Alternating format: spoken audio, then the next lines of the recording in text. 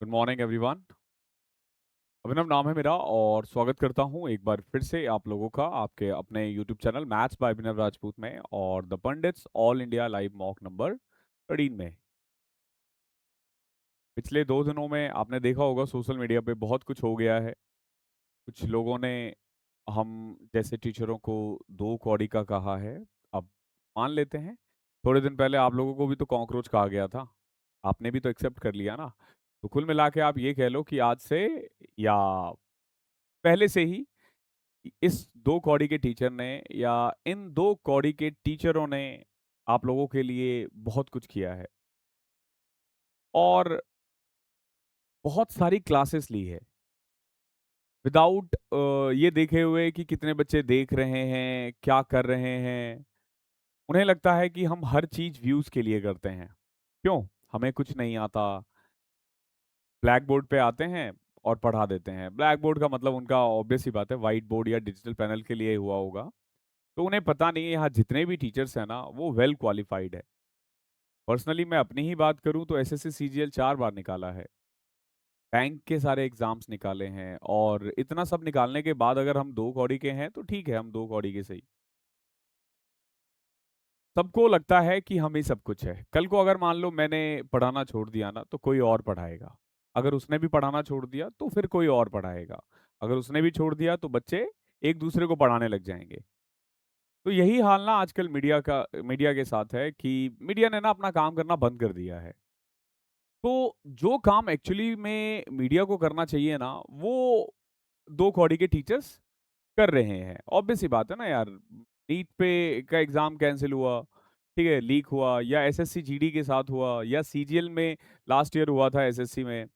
तो हम क्यों बोले यार, हमारा काम है पढ़ाना, लेकिन हम दो कौड़ी के काम तो करेंगे ही ना। जब तुम जैसे लोग काम नहीं करोगे तो फिर हमें तो काम करना ही होगा। हम तो अपने बच्चों के लिए खड़े रहेंगे ही। अगर आप अपना काम ईमानदारी से करने लग जाओ, अगर आप नोट में चिप ना ढूंढो, अगर आपको ये ना पता चले कि लाहौर तक हम जीत लें, आप धर्मेंद्र जी को 2 दिन पहले मार देते हो। समझ रहे हो आप? मतलब आप सोचो कि मीडिया की क्या हालत है। मैं बिल्कुल रैंक वैंक नहीं बोलूंगा कि हमारी इतनी रैंक है इतनी रैंक है। भैया देखो, डेवलपिंग कंट्री है, डेवलपिंग कंट्री में मीडिया की हालत ऐसे ही होती है। बट इतनी गंदी भी नहीं होनी चाहिए कि आप मतलब आप सोचो कि जो सरकार है वो आके डिफेंड नहीं कर रही है कि हमने जो किया है वो सही किया है, तुम उन्हें डिफेंड कर रहे हो। और क्यों डिफेंड कर रहे हो यार? तुम्हारा काम ये नहीं है ना। तुम्हारा काम लोगों की बात को रखना होता है। बट छोड़ो, स्टार्ट करते हैं। 15 मिनट में 25 सवाल अब करना होता है हमें एसएससी सीजीएल 2026 में। तो कॉकरोचो अपनी स्पीड बढ़ाओ और आर्ट ऑफ स्किपिंग सीखो कि कैसे हम क्वेश्चंस को आर्ट ऑफ स्किप कर सकते हैं, किन क्वेश्चंस को करना है, किन को छोड़ना है। ये बहुत इंपॉर्टेंट हो गया है। ओके, तो चलो स्टार्ट करते हैं। पहला क्वेश्चन देखो, which statement correct describe the relationship between number set. इनमें से ये कह रहा है कि नंबर सेट को कौन सा दिखाता है। पहला क्या है? रियल नंबर आ रहा सबसेट ऑफ इंटीजर। देखो सबसेट क्या होता है पहले मैं ये आपको बताता हूं। जैसे ना मैं आपको कुछ एक सेट बताता हूं, जैसे ए और बी है। ए मान लेते हैं कि एक कुछ जर्नलिस्ट है कल तक टीवी के, ठीक है। बी जो है ना, कुछ जर्नलिस्ट है लाइक टीवी चैनल के, ठीक है, इस तरीके से। और सी मान लो सारे जर्नलिस्ट हैं, ऑल जर्नलिस्ट। तो व्हाट वी कैन से कि ए जो है ना वो सबसेट है सी का, ठीक है। B is also a subset of C, यानी सी के जो सारे पार्ट है ना, सी के अंदर ए और बी दोनों ही इंक्लूड है। तो A is a subset of C and B is also a subset of C. तो बेसिकली अब यहां देखो, अब इन नंबर्स को देखो, अब इनमें से बताना है आपको कि कौन सा सही है कौन सा गलत है। Real number are a subset of integer. देखो रियल नंबर वो सारे नंबर्स होते हैं जिनको आप जो भी आप देख रहे हो 1 2 3 4 5 6, ठीक है, या तो रियल नंबर होता है या कॉम्प्लेक्स नंबर होता है, ठीक है। बट देखो कॉम्प्लेक्स नंबर क्या होता है, कोई भी नंबर जिसको ना हम a प्लस आयोटा b के फॉर्म में कन्वर्ट करते हैं। आयोटा b इसलिए बोल रहा हूं क्योंकि रूट के अंदर माइनस आ जाता है, ठीक है। तो रियल नंबर आ रहा सबसेट ऑफ इंटीजर, ये सही है गलत है? ये गलत है, क्योंकि रियल नंबर जो है ना वो इंटीजर का पार्ट नहीं है। रेशनल नंबर आ रहा सबसेट ऑफ इरेशनल नंबर, बिल्कुल गलत है, दोनों अलग अलग है यार। तीसरा देखो, रियल नंबर आ रहा subset of complex number, you can say, देखो क्यों, क्योंकि कोई भी रियल नंबर को ना हम कॉम्प्लेक्स नंबर के फॉर्मेट में लिख सकते हैं। जैसे मान लो 6 है, ठीक है, तो हम इसको 6 प्लस में आयोटा भी लिख सकते हैं, मतलब जो भी बी हो उस फॉर्मेट में बिल्कुल लिखा जा सकता है। तो इस क्वेश्चन के लिए ना जो ऑप्शन नंबर सी है ना वो करेक्ट है। देन है natural number are not a subset of whole number, ये गलत है। होल नंबर होता है 0 से स्टार्ट, तो natural number are a subset of whole number, whole number 0 से स्टार्ट होता है।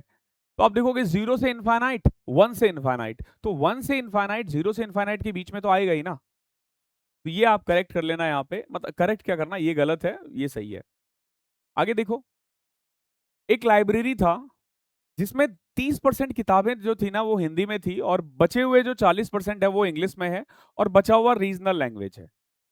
अगर टोटल 4200 किताबें हैं रीजनल लैंग्वेज में, तो टोटल नंबर ऑफ बुक्स कितना होगा? आप इसको सक्सेसिव से कर सकते हो, ठीक है, या इसमें हो सकता है आपको पेन की भी जरूरत नहीं है। सोचो कैसे, 100 में से 30 हिंदी, बचा हुआ 70, 70 में से 40%, 40% इंग्लिश है, तो 70 का 40% 28 होता है। जब 70 में 28 घटाओगे तो 42, और 4200 वैल्यू है 42 की, तो टोटल बुक कितना होगा 100 की वैल्यू 10,000। तो you don't even need pen for this question. Next देखो, 12 आदमी और 18 वुमेन किसी काम को 14 दिन में कर सकते हैं। इनडायरेक्टली मैं कह सकता हूं कि जो 12 मेन है ना वो 18 वुमेन के बराबर है, या 2 मेन 3 वुमेन के बराबर है। इस क्वेश्चन में देखोगे तो 2 मेन किसके बराबर है, 3 वुमेन के बराबर है। अब आपसे पूछा है 8 मेन और 16 वुमेन को पूरा काम करने में कितना टाइम लगेगा, तो आपको करना क्या पड़ेगा, ये जो 8 आदमी और 16 वुमेन है ना, या तो इसको मेन में कन्वर्ट करो या वुमेन में कन्वर्ट करो। जैसे 8 मेन को ना, 8 मेन जो है ना वो 12 वुमेन के बराबर है, और 16 वुमेन पहले से ही है, तो क्या मैं बोल सकता हूं कि 28 वुमेन कितने दिन में काम करेंगे अगर 18 वुमेन 14 दिन में कर रहे हैं तो? बिल्कुल कर सकते हैं, देखो भैया, कटा 2, 2 से कटा 9। बहुत छोटा सा क्वेश्चन है, इतना करने की जरूरत नहीं पड़ेगी आपको। नेक्स्ट देखो, दो कार है एक्स और वाई, इनकी स्पीड का रेशियो है 5:8। कार एक्स जो है ना 45 मिनट ज्यादा ले रहा है वाई से सेम डिस्टेंस को कवर करने में। पूछा है time taken by car Y कितना होगा। अगर आपको ये टाइम स्पीड एंड डिस्टेंस आपने पढ़ रखा है तो आपको पता होगा जो स्पीड का रेशियो होता है ना, टाइम का रेशियो उसका उल्टा होता है। जैसे टाइम का रेशियो क्या होगा एक्स और वाई का, 8:5। यानी अगर इसको 8 मिनट लग रहा है तो इसको 5 मिनट लगेगा, अगर इसको 8 सेकंड लग रहा है तो इसको 5 सेकंड लगेगा, इसको 8 घंटे लग रहे हैं तो इसको 5 घंटे लगेंगे, ठीक है। इनके बीच का डिफरेंस कितना है 3, बट ये लोग कितना कह रहे हैं 45, तो इसके डिफरेंस को 45 बनाओ। 3 को 45 बनाने के लिए ना 15 से मल्टीप्लाई करना पड़ता है, यानी 120 और 75। आपसे क्या पूछा, y को कितना टाइम लगेगा, ये रहा। यहां देखो x प्लस वाई 5 है और उसकी वैल्यू पूछिए। ये वाले क्वेश्चंस डायरेक्ट होने चाहिए, डायरेक्ट बोले तो डायरेक्ट। कैसे, y के बदले 0 पुट कर दो, x की वैल्यू 5 आ जाएगी ना। अब 5 का क्यूब 125 प्लस y की वैल्यू 0, ये भी 0, 125 आंसर है। ओके है। क्वेश्चन नंबर 6 देखो, दो सर्कल है, रेडियस 9 और 4 है, और दोनों एक दूसरे को एक्सटर्नली टच कर रहे हैं। Length of direct common tangent बताओ क्या होगा। देखो, जब दो सर्कल एक दूसरे को एक्सटर्नली टच करें ना, एक तो देखो हमसे पूछा डायरेक्ट कॉमन टेंजेंट, इसका फॉर्मूला पता होना चाहिए आपको, R square, sorry D square minus R1 minus R2 का होल स्क्वायर। एक तो आपको ये फॉर्मूला पता होना चाहिए, ठीक है। आप बोलोगे हाँ सर ये पता है। तो दो सर्कल अगर एक्सटर्नली टच करें ना, तो इनके बीच का जो डिस्टेंस होता है ना, इनके बीच का जो डिस्टेंस होता है वो होता है R1 प्लस R2। और अगर आप इस तरीके से करोगे ना, तो आप देखोगे जो फॉर्मूला बनता है ना एक्सटर्नली टच में, वो ये बनता है 2R1R2। बट समटाइम ये बच्चों को याद नहीं रहता है, कोई फर्क नहीं पड़ता। देखो कैसे, 9 और 4 13 का होल स्क्वायर माइनस 9 में से 4 5 का स्क्वायर, 13 और 5 12 का पाइथागोरस ट्रिपलेट होता है। आसान है। 7th क्वेश्चन देखो, for a triangle with vertices P Q R locate the ortho centre. देखो अगर आप गौर से देखोगे ना, देखो इन क्वेश्चनों को ना देखने के लिए लोग या तो आप स्किप कर दोगे, क्यों छोड़ दोगे कि यार मुझे ऑर्थो सेंटर का पॉइंट निकालना नहीं आता, या थोड़ा दिमाग लगाओ कि एक पॉइंट है 0 0, एक पॉइंट है हमारा 0 8 और एक पॉइंट है 6 0। ये राइट एंगल ट्राइंगल ही तो बना रहा है। ठीक है, उल्टा बोल दिया मैंने, ये 6 0 होगा और ये 0 8 होगा ग्राफ पे। तो ये राइट एंगल ट्राइंगल ही तो है ना। और राइट एंगल ट्राइंगल में जो ऑर्थो सेंटर होता है ना, ध्यान रखना, ऑर्थो सेंटर वो वो वाला वर्टिस होता है जो 90 डिग्री एंगल बनाती है। तो ऑर्थो सेंटर 0 0 है इस क्वेश्चन में। क्लियर है? ध्यान रखना, राइट एंगल ट्राइंगल में ऑर्थो सेंटर बिल्कुल 90 पे होता है, ऑब्ट्यूज में बाहर होता है, एक्यूट में अंदर होता है। क्वेश्चन नंबर 8वां देखो, पिरामिड का क्वेश्चन है। एक राइट पिरामिड है जिसका बेस स्क्वायर है, साइड 10 है और वर्टिकल हाइट 12 है। Ratio of lateral surface area to total surface area. अब देखो, जब हम बात करते हैं पिरामिड की, ओके, और पिरामिड में हमें कर्व सरफेस एरिया या टोटल सरफेस एरिया निकालने को बोल दे, तो ध्यान रखना उसमें ना हमें स्लैंट हाइट चाहिए होता है, एल चाहिए होता है। एल अगर आपको पता है कैसे निकालते हैं तो आप ये क्वेश्चन करोगे, नहीं तो आप छोड़ दोगे। ठीक है, विद द स्क्वायर बेस है। देखो अगर बाई चांस कभी भूल भी जाओ, देखो ये हाइट हो गया, ठीक है, ये हमारा एल होता है बीच से जो खींचा जाता है, तो ये हमारा a/2 है, ये h है और ये l है। इनडायरेक्टली एल स्क्वायर जो होगा ना वो h square plus a square by 4 होगा। h कितना है भाई? वर्टिकल हाइट 12 है 144, और a है 100/4 25। l आ गया 13। ठीक है, क्या आ गया? 13। अब पूछा है curved surface area and total surface area. देखो कई बार फॉर्मूले याद नहीं रहते, तो आप ना कोन को याद करो।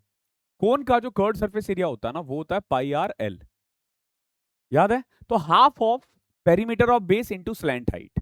तो जब मैं, देखो जब मैं स्क्वायर के पेरीमीटर की बात करूंगा ना विद साइड 10, तो पेरीमीटर हो जाएगा 40, 40 का आधा 20, 20 गुना एल, 20 गुना 13। और टोटल सरफेस एरिया जो होगा ना, ये 260 तो होगा ही होगा, प्लस एरिया ऑफ बेस भी होगा।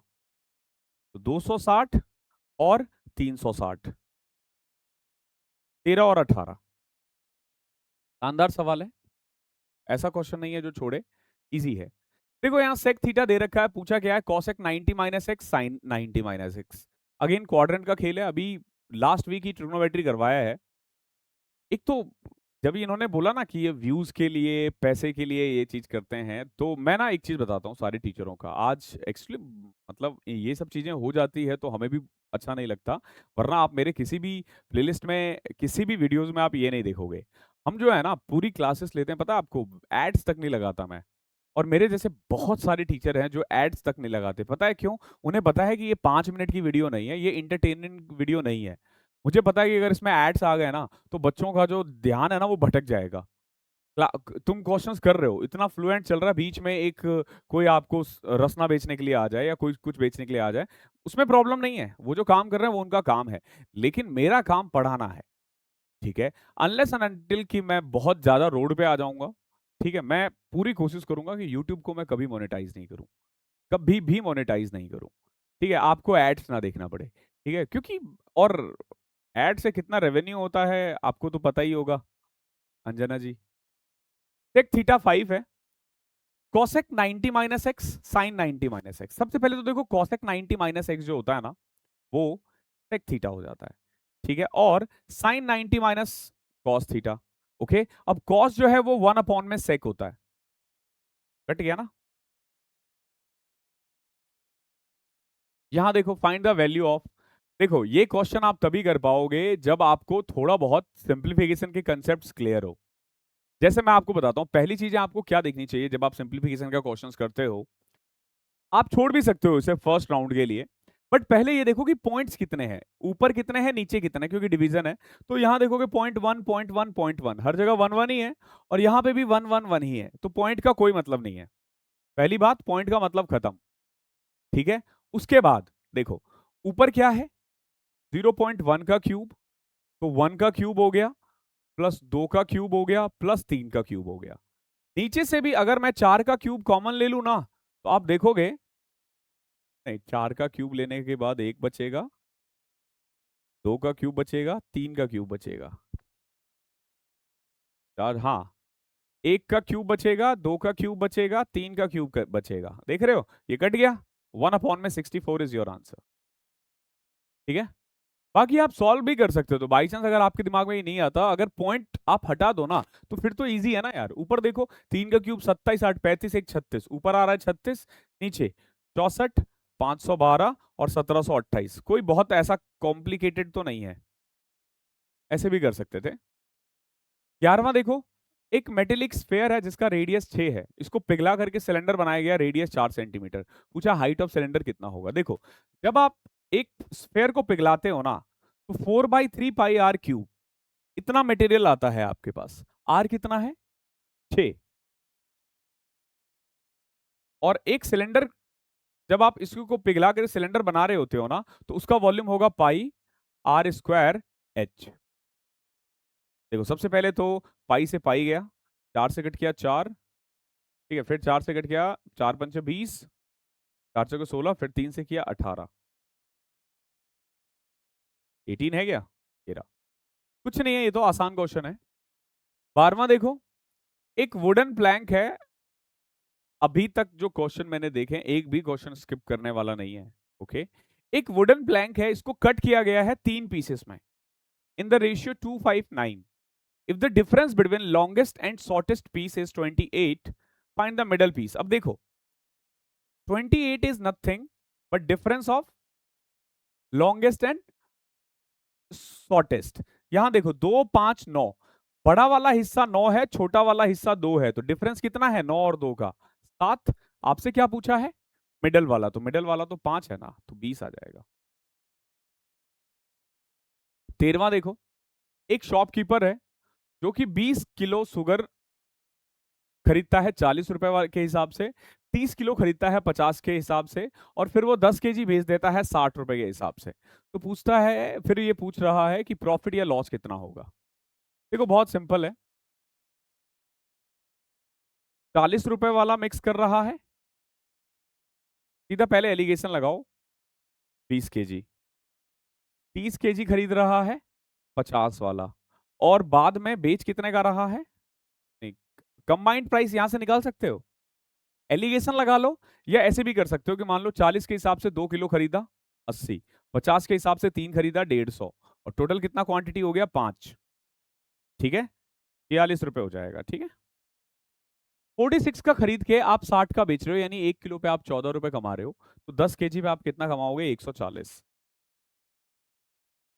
क्वेश्चन नंबर 14 देखो, एक शॉपकीपर है जिसने 4 आइडेंटिकल स्मार्ट वॉचेस खरीदे हैं 12,000 रुपए में।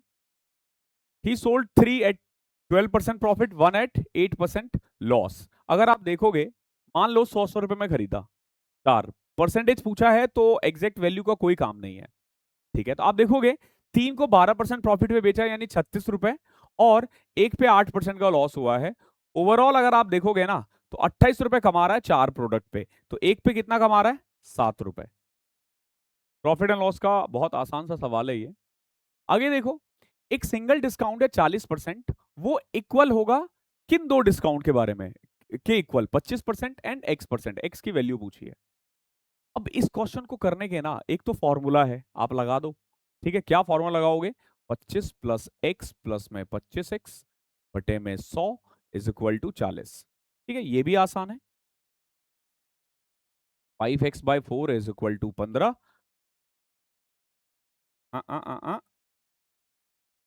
x/4 ना, 5x/4, 25, 15, x की वैल्यू 12 आ रही है। सॉरी सॉरी, माइनस होगा। 3x/4 इज इक्वल टू 15, तो यहां से 20 आ जाएगा। एक तरीका तो ये है, ठीक है, बट यहां पे ये तरीका आपको इसलिए भी इजी लग सकता है क्योंकि 25 और 40 है। कोई और होता तो थोड़ा मुश्किल हो सकता था। तो क्या करें हम? देखो, सक्सेसिव लगाएंगे। एक, अगर आपने इनकम एंड एक्सपेंडिचर का क्वेश्चंस कर रखा है रेशियो चैप्टर में, देखो कैसे, एक सिंगल डिस्काउंट है 40 रुपए, यानी 100 का सामान 60 में बेचा जा रहा है। लेकिन दो आर्टिकल के बाद, जैसे पहला आर्टिकल 25% डिस्काउंट पे है, यानी 4 का सामान 3 में बेच रहे हैं, तो दूसरे की कीमत क्या होगी? तो अब खुद देखो, 4 को किससे मल्टीप्लाई करूं? 25, और 3 को किससे मल्टीप्लाई करूं? 20, यानी 25 का सामान 20 में बेचा जा रहा है, 5 का सामान 4 में बेचा जा रहा है। 1/5 का डिस्काउंट दिया जा रहा है, 20%। यहां देखो, एक आदमी 10 किलोमीटर स्टिल वाटर में जाता है, अपस्ट्रीम टाइम जो है ना 3 गुना है डाउनस्ट्रीम से। देखो, जब आप टाइम का रेशियो देखोगे, अब सोचो इसी कंसेप्ट पे ना 2 क्वेश्चन आ चुका है इसी इसी में। टाइम अपस्ट्रीम में 3 गुना है एज कंपेयर टू डाउनस्ट्रीम, तो यहां से ना स्पीड का रेशियो जो आएगा ना वो 1:3 आ जाएगा। जब अपस्ट्रीम और डाउनस्ट्रीम की स्पीड का रेशियो आ जाए ना, तो बोट और स्ट्रीम का भी निकाल सकते हो। बोट और स्ट्रीम का भी निकाल सकते हो। कैसे? अगर ऐड करोगे तो बोट का आएगा, माइनस करोगे 3 में से 1, स्ट्रीम का आएगा, इनडायरेक्टली 2:1। तो अगर बोट की स्पीड 2 है तो स्ट्रीम की 1 होगी, बोट की 10 है तो स्ट्रीम की 5 होगी। तो ये पूरी की तरह से रेशियो बेस्ड क्वेश्चन है। नेक्स्ट देखो, x दे रखा है, पूछा है x³ माइनस 3√10x। ये तो डायरेक्ट भी कर सकते हैं हम। क्यों? देखो, मतलब ये क्वेश्चन फर्स्ट राउंड में स्किप करने वाला होता है, बिकॉज कि बच्चों का टाइम खराब करता है ये। बाकी अगर आप क्यूब करोगे x की क्यूब, तो ये आ जाएगा, देखो 5√5 प्लस में 2√2 प्लस में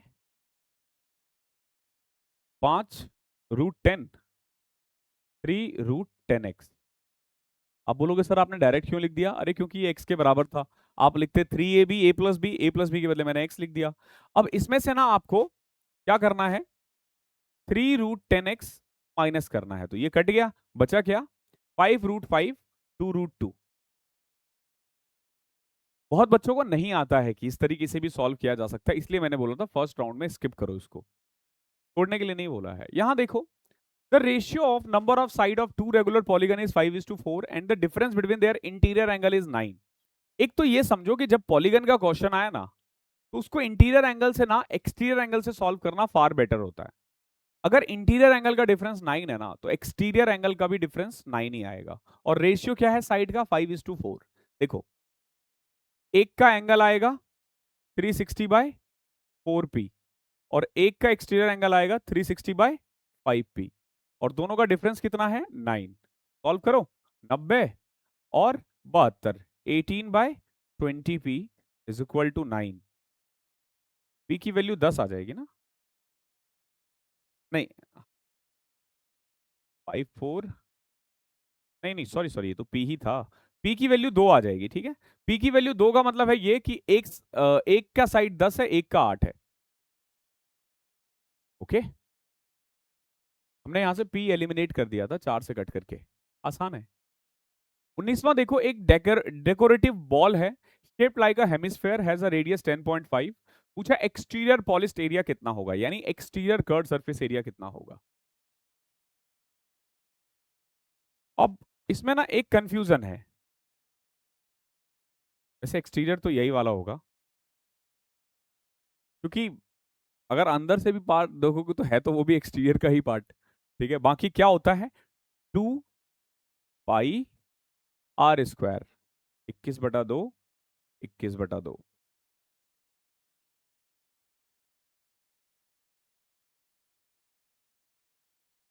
33, 33 को 21 से कर दो, 360, 360,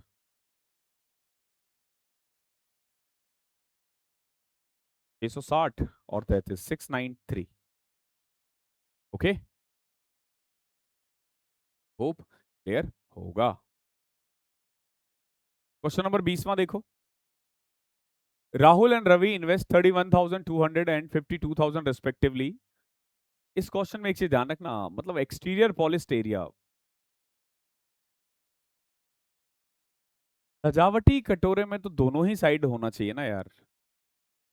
क्योंकि देखो, जब आप एक्सटीरियर पार्ट की बात कर रहे हो ना, बॉल वगैरह में ना एक्सटीरियर पार्ट ये भी होता है, ठीक है, और ये भी होता है, ठीक है, क्योंकि खाने का तो है नहीं कि हम इसको इंटीरियर बोलेंगे। तो अगर मान लो उन्होंने अंदर भी लिया है, तो आंसर 1386 भी होगा। अब ऐसे क्वेश्चंस क्या है ना कि बच्चों का गलत हो सकता है, ठीक है, और पूछने वाले ने क्या सोचकर पूछा है ये उसके ऊपर डिपेंड करेगा। तो यहाँ ना दोनों आप इवन दो कि आप सही करके आओगे फिर भी गलत हो सकता है, ध्यान रखना। राहुल एंड रवि ने 31,200 और 52,000 इन्वेस्ट किया है। टोटल प्रॉफिट 12,000 है, तो रवि को कितना मिलेगा? ये तो बहुत आसान है। 12,000 में से कितना इन्वेस्ट किया है? 520 आउट ऑफ, देखो, या तो आप रेशियो निकाल दो या एक साथ लिख दो, ठीक है। 832, अब कर दो सही, 13 से कट करो पहले, 40, 13 छिक 78, 13 चौके 52, 8 से कट किया 5, 8, 8 से कट किया 1500, 1500 गुना में 5, 7500 होता है, ठीक है। बाकी आप ऐसे भी देख सकते हो कि 6,000 से ज्यादा आना चाहिए था, लेकिन दो ऑप्शन था। The amount after second and third year at compound interest is 4840 and 5324। पूछा ओरिजिनल प्रिंसिपल कितना होगा। एक चीज ध्यान रखो कि कभी भी जब मान लो प्रिंसिपल है, amount after 1 year, amount after 2 year, amount after 3 year, इन दोनों का जो रेशियो होगा वही इन दोनों का होगा, वही इन दोनों का होगा। अगर आप गौर से देखोगे ना, 4840 का 10% 484 होता है, जब आप ऐड करोगे ना तो ये आएगा, यानी 10-10% बढ़ रहा है। 10% बढ़ने का मतलब ये है कि अगर इसका रेशियो 10 और 11 है ना, इसका रेशियो भी 10 और 11 होगा, और इसका रेशियो भी 10 और 11 होगा।